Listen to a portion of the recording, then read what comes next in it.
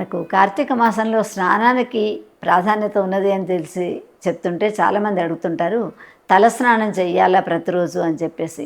స్త్రీలకు, ముత్తైదువులకు రోజు స్నానం చేయాలి అనేటువంటిది నియమం లేదు. ఎందుకంటే మంగళవారం చేస్తారు తెలియకుండా చాలామంది, ఆదివారం చేస్తుంటారు.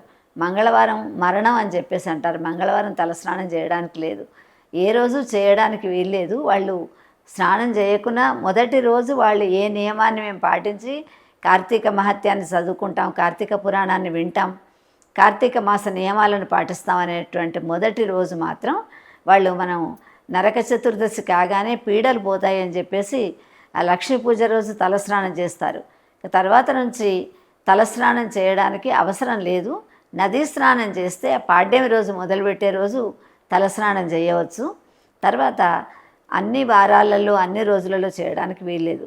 తర్వాత రేపు నాగుల చవితి వస్తున్నది, అందుకని నియమనిష్టలతో ఆ రోజు చవితి అయినా కూడా తలస్నానం చేయవచ్చు. కానీ మిగతా రోజులలో ఈ అభ్యంగన స్నానాలు కానీ తలస్నానాలు కానీ చేయాల్సిన పని లేదు. మామూలుగా కార్తీక స్నానం చేసి ఏ ఉసిరికాయనైతే దేవుడి దగ్గర పెట్టి దీపం పెడతారో మరునాడు ఆ ఉసిరికాయని తీసుకొని దాన్ని నీళ్ళల్లో కొంచెం బండకు వేసి రాచి దానికి వచ్చినటువంటి ఆ నురుగును మనం ఒంటికి రాసుకుంటే అది ఆరోగ్యపరంగా చాలా మంచిదని, ఉసిరికాయలో సి విటమిన్ ఉంటుందని చెప్పేసి చెప్తుంటారు. అందుకని చెప్పేసి ఆ ఉసిరికాయ స్నానం చేస్తూ కార్తీకేశం కరిష్యామి ప్రాతస్నానం జనార్దన ప్రీత్యర్థం తవ దేవేశ దామోదర మహేశ అని చెప్పేసి అనుకుంటూ కార్తీక మాసంలో స్నానం చేయాలి. అంటే నీ యొక్క ప్రీతి కోసమని నేను ఈ కార్తీక స్నానాన్ని చేస్తున్నాను అని చల్లనీళ్ళతో చేసేటువంటి వాళ్ళు ఉత్తములు అని చెప్తారు. చల్లనీళ్ళు చేయలేనటువంటి వాళ్ళు కొంచెం వెచ్చటి నీళ్ళు కూడా వాళ్ళ యొక్క అంటే ప్రతిరోజు తలస్నానం చేస్తే జలుబు చేసే వాళ్ళు ఉంటారు, జ్వరాలు వచ్చేటువంటి వాళ్ళు ఉంటారు.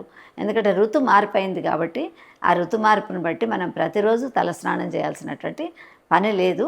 ముఖ్యమైనటువంటి రోజులు ఏదైనా ఉంటే కార్తీక పౌర్ణమి రోజు, ఏకాదశి రోజు, తర్వాత నాగుల చవితి రోజు, మొట్టమొదలు పెట్టేటువంటి రోజు తలస్నానం చేస్తే సరిపోతుంది.